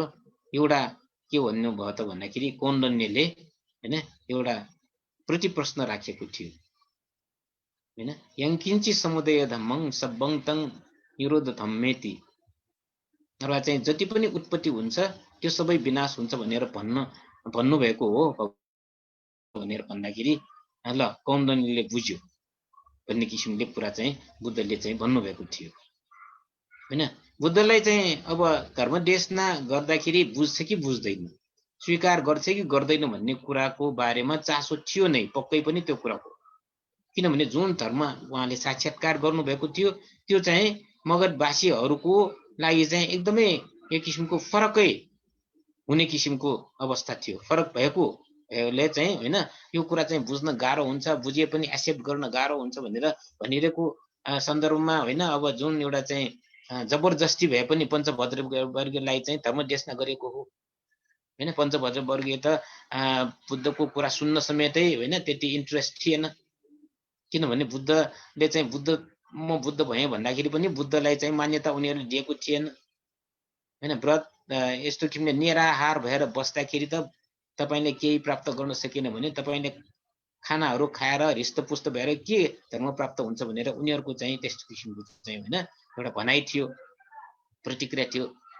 तर भगवान बुद्धले मैले बुद्ध भनेर पहिला तिमीहरूलाई कहिले भनेको छ भन्दाखेरि भनेको छैन। त्यसपछि मैले अब चाहिँ मैले धर्म प्राप्त गरेको छु, अमृत प्राप्त गरेको छु, यो एकपटक त कुरा सुन, यसरी भन्नुपर्ने अवस्था थियो पञ्चभद्र वर्गीयहरूलाई। र यसरी भन्नुपर्ने अवस्थामा अनि जबरजस्ती भए पनि चाहिँ कुरा सुनाएको भनेर भन्न सकिन्छ। त्यो कुरा सुनिसकेपछि होइन अब कौण्डन्यले चाहिँ यो जुन चाहिँ जति पनि उत्पत्ति हुन्छन् त्यो विनाश हुन्छ, तपाईले यो भन्न खोज्नु भएको हो भनेर चाहिँ यसरी चाहिँ एउटा प्रतिप्रश्न गर्दाखेरि बुद्धलाई चाहिँ अपार चाहिँ यो किसिमको प्रीति उत्पत्ति भएको भनेर भनिन्छ। मैले बुझाउन जाने, मैले भनेको कुरा बुझ्यो, कौण्डन्यले बुझ्यो भनेर एकदम यो किसिमको चाहिँ एउटा रोमाञ्चित भएको। अब बुद्ध त सामान्यतया होइन त्यस्तो किसिमको चाहिँ होइन एक किसिमले चाहिँ त्यस्तो वेदना त नहुने हो, तर पनि अलिकति के हो त भन्दाखेरि मैले बुझाउन सक्ने क्षमता छ भन्ने किसिमले अलिकति उहाँमा चाहिँ एक किसिमले चाहिँ रोमाञ्चित भएको थियो भनेर भनिएको चाहिँ छ। त्यसकारण चाहिँ यो त्यसपछि यो धर्मचक्र प्रवर्तन सूत्र पछि अनात्म लक्षणको सूत्रको रूपमा चाहिँ बुद्धले नामै अनात्म लक्षण सूत्र हैन जति पनि चाहिँ छ त्यो चाहिँ मेरो र म भन्नु चाहिँ ठिक छैन, भनेर जुन चाहिँ कुरा चाहिँ अनात्मको कुरा हुन्छ त्यसको बारेमा विवरण, त्यसको बारेमा सूत्र देशना गर्नुभएको थियो। त्यसकारण एउटा कुरा यो चाहिँ छ, त्यसकारण बुद्धले अनात्मवादलाई सुरुमा देशना नगर्नुको कारण यो हो। एकैपटक चाहिँ अनात्मको कुरा गर्दाखेरि मतलब बुझ्न गाह्रो पनि हुन्छ, त्यसलाई एक्सेप्ट गर्नु पनि गाह्रो हुन्छ भनेर पहिला धर्मचक्र सूत्र नै देशना गर्नुभयो र त्यसपछि अनात्म सूत्रको देशना गर्नुभयो। अनात्मक कुरा नगरेको होइन, जुन राइस डेभिसले होइन जतिसुकै भने तापनि अनात्मको कुरा त धर्मचक्र प्रवर्तन सूत्रको पछि नै चाहिँ गरेको चाहिँ छ। तर उहाँको तर्क के हो त भने यो पछि थपेको हुन सक्छ भनेर आफूलाई चित्त नबुझेपछि यो पछि थपेको हुन सक्छ भनेर भन्नु भनेको चिज त एकदमै एउटा हलुकापन भयो नि, हैन? त्यसलाई पनि सबैले चाहिँ स्वीकार गर्ने पक्षमा चाहिँ हुँदैन त्यो कुरा। अनि अर्को चाहिँ के हो त भन्दा बुद्धलाई आत्मवादी जस्तो ठान्नेहरूले वा बुद्धवादले यदि आत्मवादलाई मान्यता दिएको भए बुद्धले यस बारेमा किन आफ्नो उपदेशमा यस कुरालाई समावेश गरेन भन्ने प्रश्नको उत्तरमा राइस डेभिसले त्यसबेला आत्मवादको कुरा सबैले प्रचार गरिरहेको विषय भएकोले आवश्यक नपरेर उपदेश नदिएको भन्ने तर्क दिनुभएको चाहिँ छ, हैन? अब एउटा कुरा के हो त भने राइस डेभिसले चाहिँ बुद्धले चाहिँ अनात्मवादको कुरा भएको गरेको होइन, आत्मवादकै कुरा गरेको भन्ने कुरा चाहिँ यस्तो अभिप्रायको कुरा गर्यो। अनि चाहिँ एउटा कुरा प्रश्न के आउँछ त भन्दाखेरि यदि आत्मवादकै कुरा गरेको हो भने हैन कुनै चाहिँ लिटरेचरमा त देखा पर्नु पर्यो। बुद्धले चाहिँ कसैलाई चाहिँ आत्मको बारेमा आत्मवादको कुरा गरेको त देखा पर्नु पर्यो नि भनेर चाहिँ धेरै कुरा चाहिँ होइन अब समालोचकहरूले भन्दाखेरि राइस डेभिसले एउटा तर्क दिएको थियो। त्यो के तर्क भन्दाखेरि बुद्धको पालामा आत्मवाद भनेको सामान्य रूप सबैले थाहा भएको विषय, सामान्य रूपमा सबैले चाहिँ थाहा भएको विषय भएकोले बुद्धले त्यसलाई चाहिँ भन्नुपर्ने आवश्यकता नै ठानेन रे। उसको एउटा चाहिँ बौद्धिक चलाकी भनौँ न, होइन? यो राइस डेभिसको कुरा चाहिँ बुझिरहेको छ कि छैन है तपाईहरुले? ल के हो त भन्दाखेरि अब आत्मवादको बुद्धले चाहिँ यो राइस डेभिसले होइन बुद्धले आत्मवादको कुरा गरेको छ भनेर चाहिँ जुन कुरा गर्दाखेरि समालोचकहरूले चाहिँ के भन्यो त भन्दाखेरि त्यसभए कुनै पनि यस्तो चाहिँ सूत्र कुनै पनि यस्तो चाहिँ होइन बुद्धको टिचिङ्समा आत्मवादको बारेमा बुद्धले देशना गरेको त छैन, देखिएको छैन स्पष्ट रूपमा भनेर भन्दाखेरि राइस डेभिसले के भन्यो भन्दाखेरि बुद्धले त्यो चाहिँ आवश्यक ठानेन होला, किनभने आत्मवादको बारेमा त सबैलाई थाहा छ, त्यसैले त्यो कुरा चाहिँ गर्नु आवश्यक नठानेर नगरेको भनेर यस्तो किसिमको जवाब दिएको थियो, जो चाहिँ एउटा एकदम हलुका किसिमको टिप्पणी भनेर भन्न सकिन्छ। यदि यस्तो हो भने त्यो बुद्धकालीन समयमा अथवा बुद्धभन्दा अगाडि नै भव संसारको कुरा, कर्म नियमको कुरा त छ नि। भव संसार भनेको पुनर्जन्मको कुरा त छ होइन? कर्म नियम भनेपछि जुन जस्तो कर्म गर्छ त्यस्तै किसिमको चाहिँ फल प्राप्ति हुन्छ भनेर जुन चाहिँ कर्म नियमको कुरा चाहिँ अगाडि पनि चाहिँ छ, वैदिकमा पनि छ भने त्यो कुरालाई फेरि फेरि बार बार भगवान बुद्धले भन्नुपर्ने कारण के हो त? बुद्धले त आफ्नै स्टाइलले चाहिँ होइन कर्म नियमको कुरा गर्नुभएको चाहिँ छ, भव संसारको कुरा गर्नुभएको चाहिँ छ, होइन? त्यो पनि त अलरेडी अगाडि नै थियो नि। अलरेडी अगाडि भएको भव संसार र कर्म नियमको बारेमा बुद्धले बार बार कुरा गर्ने अनि आत्मवादको बारेमा चाहिँ होइन जुन चाहिँ अगाडि छ भनेर चाहिँ त्यो नगरेको भन्ने कुरा त्यो चाहिँ के हो त त्यो चाहिँ सन्तुलन भएन, कुरा चाहिँ मिलेन भन्ने कुरा चाहिँ यहाँ भन्न खोजेको हो। त्यसकारण यो तर्क ठिक नभएको स्वतः प्रमाणित हुन्छ, होइन? बुद्धले बुद्ध आत्मवादी भएर पनि आत्मवादको कुरा किन नगरेको भन्ने कुरा चाहिँ को तर्कमा जुन चाहिँ राइस डेभिसले होइन बुद्धको कालमा आत्मको बारेमा धेरैले चर्चा परिचर्चा गरेको सबैले बुझेको कारणले चाहिँ होइन यो आत्मको बारेमा कुरा नगरेको हो, सबैले बुझेको कुरा भएकोले बुद्धले चाहिँ त्यो कुरा नगरेको भनेर जुन राइस डेभिसले भनेको त्यो तर्क चाहिँ मिल्दैन। किन भन्दाखेरि सबैले त्यसबेला भव संसार र कर्म नियामकको बारेमा पनि थाहा थियो भने बुद्धले त्यसलाई बार बार चाहिँ किन भन्नुभएको त भन्ने किसिमको तर्क चाहिँ उहाँलाई तेर्स्याएको चाहिँ छ। अनि अब बुद्धलाई चाहिँ एउटा आत्मवादको आरोप लाग्ने कारण चाहिँ के हो त भन्दाखेरि बुद्धले चाहिँ अत्त शब्दहरू प्रयोग गरेको चाहिँ छ। अत्त भनेको आत्मा, हैन? आत्म। अब एउटा प्रसङ्ग छ, भद्रवर्गीय राजकुमारहरू हैन वनभोज जाँदाखेरि होइन सबैको आफ्नो चाहिँ पार्टनर थियो, एकजनाको पार्टनर थिएन। त्यसकारण एकजनाको लागि चाहिँ एकजना गनिका प्रोस्टिट्युट होइन लाई चाहिँ एउटा हायरमा लिएर ल्याएको थियो वनभोज खान जाने बेलामा। अनि अब सबैको आफ्नो होइन, अब चाहिँ आजकल भनौँ कि अब श्रीमती पनि हुनसक्छ, गर्लफ्रेन्ड पनि हुनसक्छ, तर चाहिँ एउटाको नभएको कारणले एकजना चाहिँ गनिका भनेपछि त थाहा भयो होला होइन, मतलब चाहिँ आफ्नो शरीर बेच्ने अथवा चाहिँ प्रोस्टिट्युट, उनी त्यस बेला चाहिँ धेरै चलन चल्ती थियो होइन। बुद्धकालीन समयमा हामीले कुरा गर्दाखेरि गनिकाहरूको धेरै विवरण आउँछ, एकदमै चाहिँ तल्लो लेभलदेखि माथिल्लो लेभलसम्मका यी चाहिँ प्रोस्टिट्युटहरू गनिकाहरू त्यस बेला छ्यास्ती थियो भन्ने कुरा छ। त्यसकारण यो भद्र राजकुमारहरूको समूहमा एकजनाको पार्टनर नभएकोले गनिकालाई चाहिँ हायरमा लगेर वनभोज खान जाने क्रममा होइन सबैको आभूषण त्यो गनिकाले चोरेर लगेपछि चाहिँ होइन अब ती सबै भद्रवर्गीय राजकुमारहरूले चाहिँ खोज्न जाने क्रममा त्यो चाहिँ जुन गनिकालाई खोज्न जाने क्रममा भगवान बुद्धसँग भेट हुन्छ अनि भगवानलाई सोध्नुहुन्छ, भगवान तपाईँले कोही महिलालाई चाहिँ यहाँबाट जानुभएको कुरा चाहिँ देख्यो भन्दाखेरि अनि भगवान बुद्धले उनीहरूको कुरा थाहा भएर महिलालाई होइन स्त्रीलाई खोज्नु ठिक छ कि आफैलाई खोज्नु ठिक छ भन्दाखेरि आफैलाई खोज्नु नै ठिक छ भनेर उनीहरूले जवाब दिएको थियो। त्यसकारण त्यसो भए आफैलाई खोज्नुहोस् भनेर बुद्धले चाहिँ उहाँहरूलाई भिक्षु बनाएको कुरा चाहिँ छ। यो आधारमा पनि के हो त भन्दाखेरि बुद्धले चाहिँ आफैलाई खोज्ने भनेपछि त यो आत्मवादको कुरा भएन र भन्ने किसिमको कुरा चाहिँ छ। यसैलाई नै चाहिँ के हो त भन्दाखेरि आधार मानेर यो पुद्गलवादीहरूले बुद्धको शिक्षा होइन उपनिषदमा भने जस्तो आत्मा नभए तापनि पूर्ण रूपमा अनात्मवादी होइन भनेर भन्न खोजेको हो।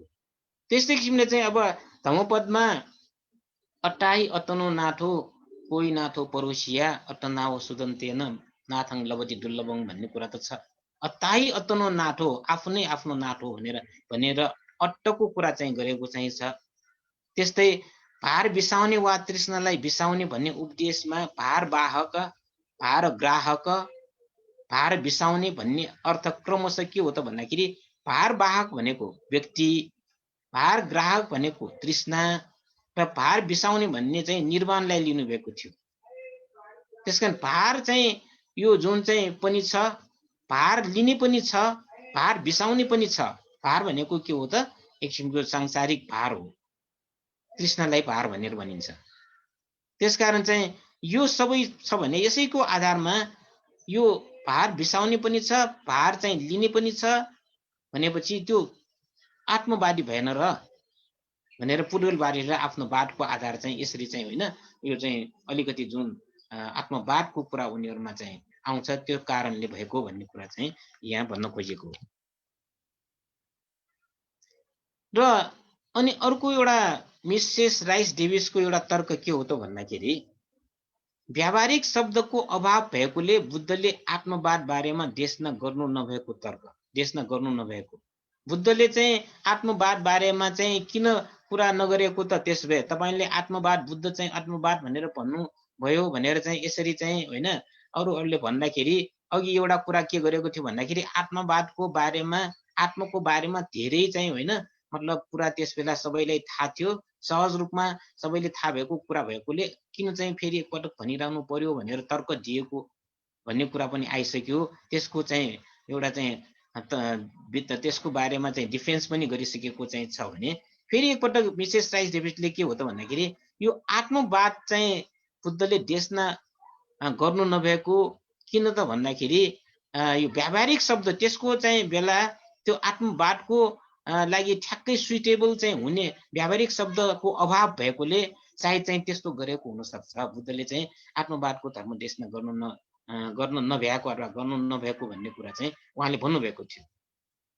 तर चाहिँ त्यस बेलासम्म होइन उपनिषदका आचार्यहरूले आत्मवाद सम्बन्धी विभिन्न शब्दहरू प्रयोग गरेर प्रचार गरिसकेको अवस्थामा बुद्धले उपयुक्त शब्द पाउनु भएन भन्नु उपयुक्त नहुने तर्क चाहिँ विज्ञहरूले गर्छन्। हैन आत्मवादको रूपमा चाहिँ यो जुन चाहिँ उपनिषदमा विभिन्न किसिमको शब्द प्रयोग गरेर वैचारिक मन्थन भइरहेको अवस्थामा विश्लेषण भइरहेको अवस्थामा भगवान बुद्धलाई मात्र आफ्नो आत्मवादको कुरा पर्छ। यदि भगवान बुद्ध आत्मवाद भएको भए बुद्धले चाहिँ आत्मवादको कुरा चाहिँ गर्नको लागि शब्द पाएन भन्ने कुरा चाहिँ यो पनि ठिक छैन हैन। त्यसकारण चाहिँ यो अभिप्राय नमिल्ने कुरा भन्ने किसिमले उहाँको कुरालाई चाहिँ खण्डन गर्नेहरूले गर्छन्। अनि अर्को एउटा महत्त्वपूर्ण कुरा यो बुद्धको टिचिङ्समा दुईटा सत्यको कुरा चाहिन्छ, सम्मुति र परमार्थ सत्य, प्रज्ञप्ति र परमार्थ सत्य पनि भन्न सकिन्छ यसलाई हैन। व्यावहारिक रूपमा प्रयोग हुने किसिमले आत्मवादका केही कुरा यो जुन बुद्धले चाहिँ भनेको जस्तो चाहिँ जुन चाहिँ भनेर जुन चाहिँ तर्क दिन्छन्, अब मिसेस राइस डेस्विजले पनि त्यस्तो जुन तर्क गरेको चाहिँ छ र पूर्ववादीहरूले पनि यसरी भन्नुभएको चाहिँ छ भने यो चाहिँ के हो त भन्दाखेरि यसलाई सम्मुति सत्यको रूपमा मात्र लिन सकिन्छ। सम्मुति सत्य भन्ना साथै यो व्यावहारिक सत्यको रूपमा मात्र लिएको हो, यो परमार्थ सत्य होइन। सम्मुति सत्य भनेपछि के हो त भन्दाखेरि वास्तवमा चाहिँ विद्यमान नभएको तर चाहिँ के हो त व्यवहारमा मात्र भनिरहनु पर्ने, त्यसलाई सम्मुति सत्य भन्छ, वास्तविक रूपमा विद्यमान नभएको। त्यसकारण यो वास्तविक रूपमा विद्यमान नभएको शब्दहरू धेरै प्रयोग गर्नुपर्ने बाध्यता किन छ भन्दाखेरि व्यावहारिक रूपमा कम्युनिकेसन गर्नको लागि, सञ्चार गर्नको लागि हैन। नभएको कुराहरू पनि कहिलेकाहीँ हामीले चाहिँ भन्ने गरेका हुन्छौँ। जस्तै चाहिँ अब हामी पृथ्वीमा बसिरहेका छौँ, हामीले चाहिँ हैन बिहान सूर्य उदाउँछ र बेलुकी सूर्य चाहिँ हैन सेट हुन्छ हैन। मतलब चाहिँ उदाउने काम र चाहिँ त्यसपछि सूर्य चाहिँ मतलब चाहिँ साँझ भएपछि चाहिँ गायब हुन्छ भनौँ न। भनेपछि हाम्रो सामान्य रूपमा चाहिँ के भनिरहेका हुन्छौँ भन्दाखेरि सूर्य उदय भयो हैन र त्यसपछि सूर्य चाहिँ सेट भयो अथवा चाहिँ राइजिङ पनि भयो सेट पनि भयो भन्ने किसिमको कुरा चाहिँ हामीले गर्नु पर्छ हैन। तर वास्तवमा सूर्य उदय भएको होइन, पृथ्वी चाहिँ यो जुन चाहिँ आफ्नो गतिमा यो जुन चाहिँ पृथ्वी घुमिरहेको चाहिँ छ त्यो आधारमा हामीले भान मात्र परेको हो नि। तर सूर्य चाहिँ होइन उदायो भनेर भन्छौँ नि, सूर्य त त्यहीँको त्यही नै छ हैन। त्यही आफ्नो चाहिँ एउटा कक्षमा मात्र चाहिँ उहाँ चाहिँ त्यो चाहिँ सूर्य चाहिँ चम्किरहेको हो, तर चाहिँ ग्रहहरूले चाहिँ परिक्रमा गरेको हो। तर चाहिँ परिक्रमा गरिरहेको ग्रहमा बस्नेहरू हामीले के हो त भन्दाखेरि सूर्यले हामीले परिक्रमा गरिरहेको छ भन्ने भानुहुन्छ नि। यस्तै किसिमले हो भनेर चाहिँ होइन यो जति पनि चाहिँ यो बुद्धले आत्मको कुरा चाहिँ गरेको केही कुराहरू चाहिँ अट्टाई अत्तनो नाटो हैन, यस्तो किसिमको कुराहरू भनेको के हो त भन्दाखेरि मानिसहरूलाई बुझाउनको लागि मात्र हो, यो चाहिँ सम्मुति सत्यको रूपमा मात्र हो, अन्यथा यो चाहिँ परमार्थ सत्य होइन भनेर चाहिँ भन्ने गरेको चाहिँ छ हैन। भगवान बुद्धले देवदूत सूत्रमा पूर्वल सत्व प्रकट भए जस्तै तिमीले नै दुष्कर्म गरेको र तिमीले नै त्यसको भोग गर्नुपर्दछ भन्ने कुरा के गर्नुभएको चाहिँ छ, आत्मा छ भन्ने किसिमले चाहिँ कुरा गर्नुभएको कुरा पनि के हो त व्यवहारको रूपमा मात्र भन्नुभएको हो हैन। तर चाहिँ यसैलाई चाहिँ होइन अब आत्मवादीहरूले यसैलाई आधार मानेर बुद्धलाई चाहिँ बुद्धले आत्मालाई स्वीकार्नु भएको भन्ने किसिमको तर्क चाहिँ दिनुभएको चाहिँ छ हैन। साधारणतया अरहन्तहरूले पनि मलाई भन्ने शब्दहरू प्रयोग गर्नुपर्ने बाध्यता हुन्छ लोक व्यवहारको लागि, तर त्यो परमार्थ रूपले नभइकन प्रज्ञप्त मात्र हुन् भनेर जान्नु पर्दछ।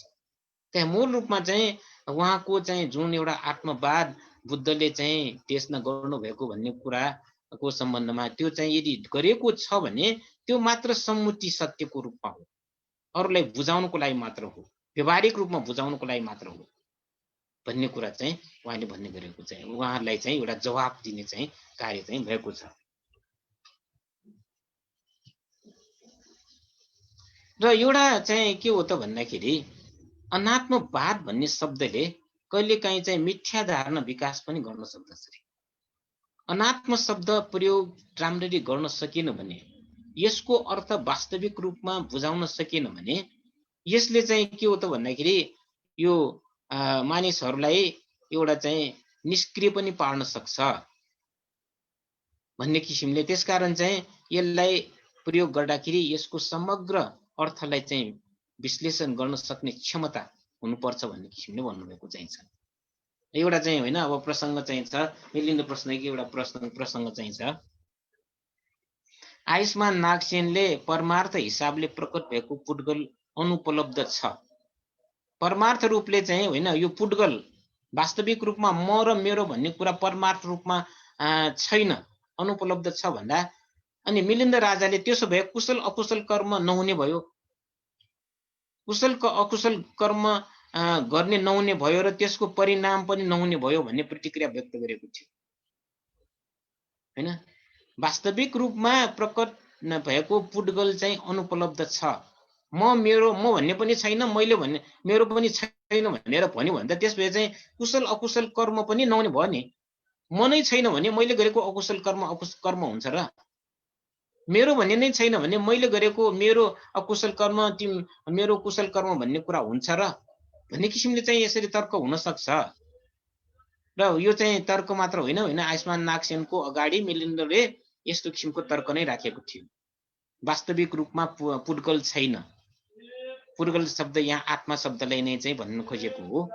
वास्तवमा त्यस्तो छैन भन्दाखेरि त्यस भए चाहिँ होइन, मतलब चाहिँ कर्ता नै छैन भनेपछि यो जुन कर्म हो अकुशल कर्म होइन, कुशल कर्मको कुरा चाहिँ आउँदै आएन, कुशल अकुशल कर्म नहुने नै भयो नि भनेर यसरी चाहिँ के हो त धारणा पनि विकास हुन सक्छ भन्ने कुरा हो। हुन त अब मिलिन्दले प्रश्नमा त्यसको सम्बन्धमा क्लियरेन्स दिएको चाहिँ छ नागसेन भन्टेले, त्यस्तो भनेको होइन हैन। पुड्गल चाहिँ को अस्तित्व नभए पनि कुशल अकुशल कर्म हुन्छ भनेर लामो चाहिँ एउटा क्लेरिफिकेसन चाहिँ छ मिलिन्द प्रश्नमा। त्यसकारण चाहिँ यसरी चाहिँ अब नागसेन भन्टेले जस्तो चाहिँ क्लेरिफिकेसन गर्न नजान्नेहरूले अनात्म शब्दलाई चाहिँ होइन यदि चाहिँ विश्लेषण गर्दै गयो र चाहिँ त्यसको बारेमा त्यसको गहिराईमा होइन विश्लेषण गर्न सकिएन भने त्यसले चाहिँ होइन अर्कै किसिमको समस्या पनि ल्याउन सक्छ भनेर चाहिँ यसरी चाहिँ बुझ्नुपर्छ भनेर भन्नुभएको चाहिँ छ। यसरी मिथ्या धारणा विकास हुन्छ भनेर नै बुद्धले सिधै पुड्गल सत्य छैन भन्ने सोझै उपदेश गर्नु नभएको पनि थियो। बुद्धलाई कसैले आत्मा छ कि छैन भन्दाखेरि बुद्ध चाहिँ मौन हुनुहुन्छ, मौन बस्नुहुन्छ हैन। अस्ति पनि त्यो कुरा गइसकेको छ। वत्स गोत्त परिव्राजकले आत्मा छ के आत्मा छ भनेर सोद्धाखेरि त्यो प्रश्नमा बुद्ध मौन बस्नु भएको थियो हैन। अनि त्यो गइसकेपछि आनन्द भन्टेले तपाईले किन उहाँले चाहिँ जवाफ नदिएको भन्दाखेरि ऊ यति आत्मवादी छ हैन, ऊ यति आत्मवादी छ कि मैले यदि आत्मा हैन छैन भन्दाखेरि उसलाई चाहिँ एकदमै हैन यो किसिमले स्वीकार गर्नै नसकिने त्यस्तो अवस्था थियो। त्यसैले आत्मा छ भन्दाखेरि पनि उसले चाहिँ बुझ्न सक्दैन र शाश्वतवादी भनेर चाहिँ बुद्धको वादी त शाश्वतवादी भनेर चाहिँ उसले हैन ठानेर चाहिँ जान्छ। छैन भन्दा पनि उसलाई चित्त नबुझ्ने भएको कारणले जवाफ नदिएको हैन, के छैन भन्दा पनि उसको चित्त नबुझ्ने यस्तो किसिमको आत्मवादी प्रति आसक्त भइरहेको त्यो व्यक्ति उसलाई चित्त नबुझाएर पठाउनु पर्ने। त्यसकारण के हो त भन्दाखेरि यो कुरा पछि बिस्तारै चाहिँ अभ्यास गरेर मात्र थाहा पाउनु पर्ने चिज हो हैन। बुद्धले तर्कको रूपमा चाहिँ मात्र गरेर पनि चाहिँ यो कुरा चाहिँ बुझाउन सक्दैन भन्ने हिसाबले उहाँलाई चाहिँ त्यस बारेमा मौन रहनु भएको भन्ने किसिमको उहाँले चाहिँ भन्नुभएको थियो, आनन्दलाई बताउनु भएको थियो। अनि अब अगाडि जस्तै चाहिँ के हो त भने कुनै वस्तु छ भन्दा पनि चाहिँ त्यसले चाहिँ एउटा हैन अर्को मिथ्या धारणा उत्पत्ति हुन सक्छ, छैन भन्दा पनि मिथ्या धारणा उत्पन्न हुन सक्छ।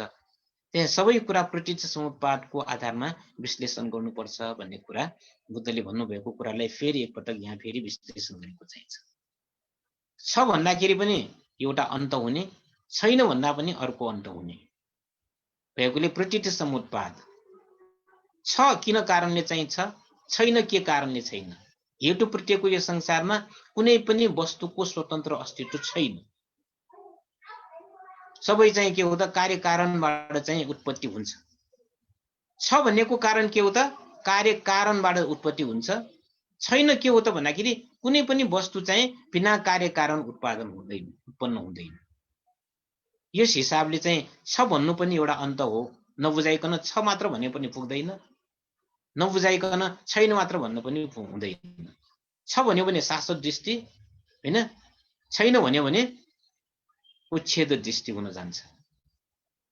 भनेर यसरी चाहिँ के हो त बुद्धले जुनसुकै कुरालाई पनि प्रकृति समुत्पादको कारणले उत्पत्ति हुन्छन्। प्रकृति समुत्पादलाई अगाडि सारेर बुद्धले बोल्नुहुन्छ। अविद्याको कारणले संस्कार हुन्छ, त्यसै संस्कारको कारणले विज्ञान हुन्छ, विज्ञानको कारणले नाम रूप हुन्छ भनेर यसरी चाहिँ भन्नु हुने चाहिँ बुद्धको स्वभाव हो। त्यसकारण फेरि एकपटक त्यही कुरा आउँछ, बुद्धले निदान संयुक्तमा मनुष्यहरूमा कुनै वस्तु छ वा छैन भन्ने धारणा विकास हुनुमा क्रमशः संस्कार लोकको निरोधलाई देख्न सक्ने कारण भएको कुरा स्पष्ट गर्नुभएको चाहिँ छ। संस्कार लोकलाई चाहिँ को निरोधलाई देख्न सक्ने वा नसक्ने, सत्वलोक, संखारलोक, ओकाशलोक भनेर तीनवटा लोकको कुरा चाहिँ छ हैन। सत्वलोक भनेको सत्व प्राणीहरू, संखारलोक भनेको के हो त यो उनीहरूले गर्ने कुशल अकुशल कर्म। र यो चाहिँ जुन संस्कार लोकको कुरा भन्दाखेरि यो संस्कार लोक र संस्कार भनेको चिज चाहिँ निरोध हुने यस्तो किसिमको धारणा राख्नेहरू र संस्कारको चाहिँ निरोधलाई देख्न नसक्ने कारणले गर्दाखेरि यो के हो त मानिसहरूमा छ र छैन भन्ने धारणा विकास भएको हुन्छ भन्ने बुद्धले भन्नुभएको चाहिँ छ।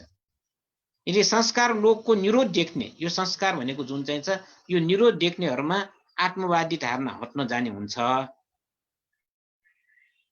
र संस्कार लोकको चाहिँ निरोध देख्न नसक्नेहरूमा चाहिँ के हो त आत्मवादी धारणा चाहिँ विकास हुन सक्छ भन्ने कुरा बुद्धले भन्नुभएको चाहिँ छ। र बुद्धले चाहिँ यो आत्म अनात्मको सम्बन्धमा यो वैचारिक मन्थन मात्र होइन, आत्मवादको धारणा यदि कसैले चाहिँ होइन बोकिरहेको छ भने उसले चाहिँ कुनै पनि हिसाबले एउटा चाहिँ के हो त सत्य दर्शन गर्न सक्दैन, उसको धारणा नै मिथ्या चाहिँ हुन्छ हैन। अनात्म धर्मको बारेमा उपदेश दिनुभएको कारण किन त भन्दाखेरि मानिसहरूको दृष्टि सही भएर सत्य गवेषण कार्यमा छिट्टै प्रगति होस् भन्ने अभिप्राय थियो बुद्धको। अनि कुनै कुराको चाहिँ हामीले जुन कुरालाई फिलिङ गर्छौं, हामीले चाहिँ अनुभव गर्छौं, त्यो अनुभव किन गरिरहेको छ भन्दाखेरि हाम्रो चाहिँ यो परिवर्तनशीलताको कारणले, जड चाहिँ आत्मा भएको भए हामीले कुनै पनि चिजलाई चाहिँ हामीले जानकारी नै प्राप्त गर्न नसक्ने हुन्छौं भन्ने कुरा पनि एउटा कुरा महत्त्वपूर्ण कुरा बुद्धले भन्नुभएको चाहिँ छ। संसारका सबै वस्तुहरू परिवर्तनशील छन्, तर चाहिँ आफ्नो आत्मा मान्नेहरूले आत्मा चाहिँ अजर अमर भनेको छ भने परिवर्तनलाई चाहिँ यो बुझ्नको लागि यो जुन चाहिँ परिवर्तन नहुने आत्मा यदि छ भने त्यसले बुझ्न सक्दैन। हाम्रो चित्त पनि परिवर्तन छ अनि संसार पनि परिवर्तन छ, त्यसकारणले संसारलाई हामीले चाहिँ बुझिरहेका छौं। यदि जड जुन चाहिँ अजर अमर नित्य ध्रुव शाश्वत जस्तो चाहिँ जुन चाहिँ एउटा परिभाषित गरेको त्यस्तो आत्मा यदि हाम्रो शरीरभित्र विद्यमान छ भने त्यो परिवर्तन नहुने चिजले परिवर्तनलाई कसरी चाहिँ बुझ्न सकिन्छ भन्ने कुरा चाहिँ यसरी पनि विवरण दिएको चाहिँ छ हैन। त्यसकारण चाहिँ अनात्म धर्मको बारेमा अब विभिन्न अर्थकथाहरू चाहिँ छन्। त्यसमा चाहिँ विशेष गरेर थेरवादी अर्थकथाहरूमा भन्दा महायान अर्थकथाहरूमा विस्तृत रूपमा चाहिँ लेख्ने गरेको लेखकको भनाइ छ। अब यो कुरा चाहिँ पछि आउँछ। विशेष गरेर अब थेरवादमा चाहिँ जुन अनात्मको कुरा नभएको होइन छ हैन, सब्बे धम्मा अनत्ताति यदा पञ्याय पश्यति भन्ने कुरा चाहिँ छ। तर यसमा भन्दा अब मतलब महायानी विद्वानहरूले विशेष गरेर चाहिँ के हो त भन्दाखेरि यो नागार्जुन वसुबन्धुहरूले एकदमै एउटा चाहिँ तर्कपूर्ण रूपमा एक किसिमले चाहिँ यो अनात्मको बारेमा विवरण दिएको छ भन्ने कुरा चाहिँ आउँछ हैन। तर जे होस् चाहिँ अब हामीले यो आत्म अनात्मको जुन चाहिँ एउटा समस्याको कुरा गरिरहेका छौं, यो विभिन्न विद्वानहरूको चाहिँ एउटा बौद्धिक मन्थन मात्र हो। वास्तवमा अनात्म भन्ने कुरा चाहिँ साँच्चैकै बुझ्नको लागि त के हो त भाविता नै गर्नुपर्छ हैन। सब्बे धम्मा अनत्ताति भनेर बुझ्नको लागि त हामीले चाहिँ के हो त भन्दाखेरि ध्यान भावना नै गर्नु पर्यो। यो अनात्म भन्ने कुरा बुझ्नको लागि के साक्षी राखेर अभ्यास गर्नु पर्यो त भन्दाखेरि यो पञ्चस्कन्धलाई साक्षी राख्नु पर्यो। हाम्रो चाहिँ जुन एउटा चाहिँ यो विषय वस्तु हो अथवा यो जुन चाहिँ प्रयोग गर्ने विषय भनेको के हो त? कुनै वस्तुको वास्तविकता थाहा पाउनको लागि, यो संसारको विभिन्न वस्तुहरूको थाहा पाउनको लागि हामीले बुद्धको भनाइ अनुसार चाहिँ बाहिर चाहिँ हेर्नु पर्दैन, भित्र नै हेरे पुग्छ। हाम्रो शरीर र शरीरको चाहिँ होइन नाम र रूपको चाहिँ जुन एउटा चाहिँ धारा हाम्रो चाहिँ जीवनमा चाहिँ होइन विद्यमान चाहिँ छ, त्यो धारा अगाडि बढिरहेको कारणले हामी जीवित छौँ भने त्यो जुन चाहिँ धारा नाम र रूपको पञ्चस्कन्धको जुन चाहिँ उदय बेगलाई चाहिँ हामीले बुझ्न सक्यो भने त्यो बुझ्न सक्यो कसरी त भन्दाखेरि ध्यान भावनाको आधारमा, बौद्धिक रूपमा होइन, ध्यान भावनाको आधारमा बुझ्न सक्यो भने होइन यसरी चाहिँ हामीले चाहिँ यो कुरालाई स्पष्ट हुन्छ। त्यसकारण क्लियरली नै भनेको छ होइन, अघिकै गाथालाई चाहिँ भन्ने हो भने सबै धम्मा अनत्ताति, सबै धर्महरू अनित्य अनात्म हो, सबै संस्कृत धर्म र असंस्कृत धर्म भन्न खोजेको है। यहाँ अघि पनि भनिसकेँ, संस्कृत भनेको के हो त? बनी बनाऊ चिज संस्कृत भनेको होइन, असंस्कृत भनेको बनी बनाउ नभएको। आकाश धातु र निर्वाण धातुलाई चाहिँ के भन्छ त? बनी बनाउ नभएको भनेर भनिन्छ। अरू सबै संस्कृत धातुहरू होइन। त्यो चाहिँ यदा पञ्याय पश्यति भनेको चाहिँ छ, यहाँ प्रज्ञा ज्ञानले प्राप्त गर्नुपर्छ, प्रज्ञा ज्ञानले थाहा पाउनुपर्छ। विशेष जोड यसमा चाहिँ छ। सभ्य संस्कार अनिचाति मात्र भनेर पुग्दैन, सभ्य संस्कार दुःखाति मात्र भनेर पुग्दैन, सभ्य धम्मा अनत्ताति भनेर मात्र पुग्दैन। यदा पञ्याय पश्यति, प्रज्ञा ज्ञानले चाहिँ थाहा पाएपछि मात्र के हो त? अथ निविन्दति दुःखे समग्र विशुद्धि। त्यसपछि मात्र के हो त? सम्पूर्ण दुःख निर्वेद हुन्छ र यही विशुद्धिको मार्ग हो भनेर चाहिँ बुद्धले भन्नुभएको कुरा हो। तर पनि हामीले यो कुरा चाहिँ के हो त भन्दाखेरि एउटा बौद्धिक मन्थनको रूपमा गरिरहेका छौँ। अरूहरूको अगाडि हामीले चाहिँ प्रस्तुत गर्ने क्रममा केही होइन बौद्धिकता पनि आवश्यकता हुन्छ नै होइन। बौद्धिकता सम्पूर्ण रूपमा चाहिँ बेकारको काम पनि बेकारको भनेर पनि भन्नु हुँदैन, यसको पनि केही मतलब चाहिन्छ। तर यसलाई साँच्चै हाम्रो जीवन रूपान्तरित गर्नको लागि के चाहिन्छ भन्दाखेरि यो हाम्रो अभ्यास नै चाहिन्छ होइन। अब चाहिँ अब विशुद्धि मार्गको कुरा गर्ने हो भने होइन, रथ विनीत सूत्रको चाहिँ होइन 7वटा विशुद्धिको कुरा गर्ने हो भने होइन 7वटा विशुद्धिको विश्लेषण गर्ने क्रममा होइन एउटा चाहिँ कसरी मानिसहरूको जीवन रूपान्तरण हुँदै हुँदै जान्छ भन्ने कुरा चाहिँ देखाउनु भएको चाहिँ छ। त्यसैले चाहिँ होइन आधार मानेर हामीले यसरी चाहिँ लिनुपर्छ भन्ने किसिमको मेरो अभिप्राय हो। यो किताब चाहिँ अध्ययन गर्ने क्रममा किताबमा भएका बौद्धिक मन्थनहरू बौद्धिकताहरूलाई चाहिँ पनि हामीले समेट्नु पर्यो। स्वीकार गर्दा गर्दै पनि हामीले त्यसलाई अभ्यासबाट नै चाहिँ त्यो कुरा थाहा पाउनुपर्छ। त्यसपछि मात्र हामीले वास्तवमा थाहा पाएको हुन जान्छौँ। अदरवाइज चाहिँ बौद्धिक मन्थनले मात्र त हाम्रो जीवन पूर्ण रूपमा रूपान्तरण हुँदैन। त्यसमा यसको बाँकी अंश चाहिँ अब पछि गरौँला। आजलाई यति गरौँ होइन, 1 घण्टा भयो। त्यसकारण चाहिँ आजलाई यति गरौँ। अरू कसैको केही प्रश्न छ भने तपाईहरुले सोध्न सक्नुहुन्छ आजको सन्दर्भमा।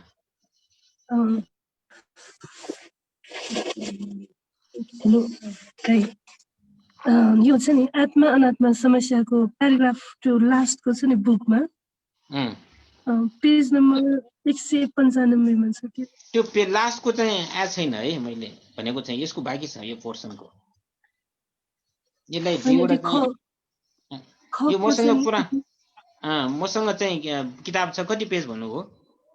195। 195।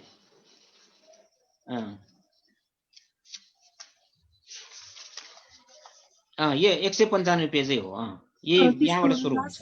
लास्ट यो चाहिँ थेरवादहरूको आत्मवादलाई पनि तिरस्कार गर्छन् भनेदेखि थेरवादीहरूको अनात्मवादलाई पनि तिरस्कार गर्छन् भने त्यो अलिकति प्याराग्राफ अलि बुझिनु। कति सेन्टेन्स हो? 1 2 3 4 लास्ट नै हो, प्याराग्राफको लास्टमा छ। थेरवादीहरूको अनात्मवादलाई पनि तिरस्कार गर्छन्। तिनीहरूको विचारधारा अनुसार मनुष्य सत्व आत्मा होइन, नाम रूप धर्म द्वय मात्र पनि होइन, नाम रूप धर्म समूह भन्दा बढी विशिष्ट पुद्गल हो भने यो चाहिँ के हो त भन्दाखेरि यो 18वटा निकाय मध्येका पुद्गलवादीहरूको धारणा होइन। अब थेरवादीमा हामीले चाहिँ पढ्छौँ कि के हो त भन्दाखेरि अनात्मवाद चाहिँ को कुरा गर्छौँ, तर थेरवादले जुन अनात्मवादको कुरा चाहिँ गर्छन् त्यो कुरालाई के त फुटबलवादीहरूले तिरस्कार गर्छन् भनेको मान्यता दिँदैन भनेर भनेको होइन। यो कसको त यो चाहिँ यो फुटबलवादीहरू बजीपुस्तक र समिति भनेर चाहिँ होइन, यो चाहिँ 18वटा निकाय मध्येका यिनीहरूको चाहिँ अलिकति विचारधारा होइन।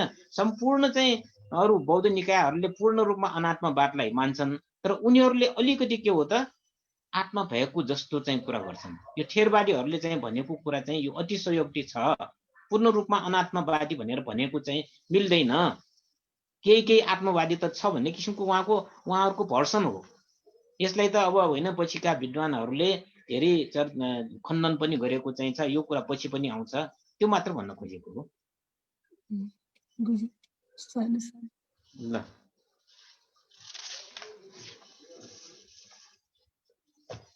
ल आजलाई त्यस भए चाहिँ यति गरौँ भन्थे, हुनुहुन्छ कि हुनुहुन्न? ट्रेनलाई जुन कुनै बुझ्छ टाइम छ ल ट्रेनलाई धेरै धेरै साधु वर्ष निरोगी सुस्वास्थ्य जान्छ र सबै सहभागीलाई पनि निरोगी सुस्वास्थ्य कामना गरेर आजको यो कक्षा यही बन्द गर्न चाहन्छु। सबैलाई मङ्गल कामना छ।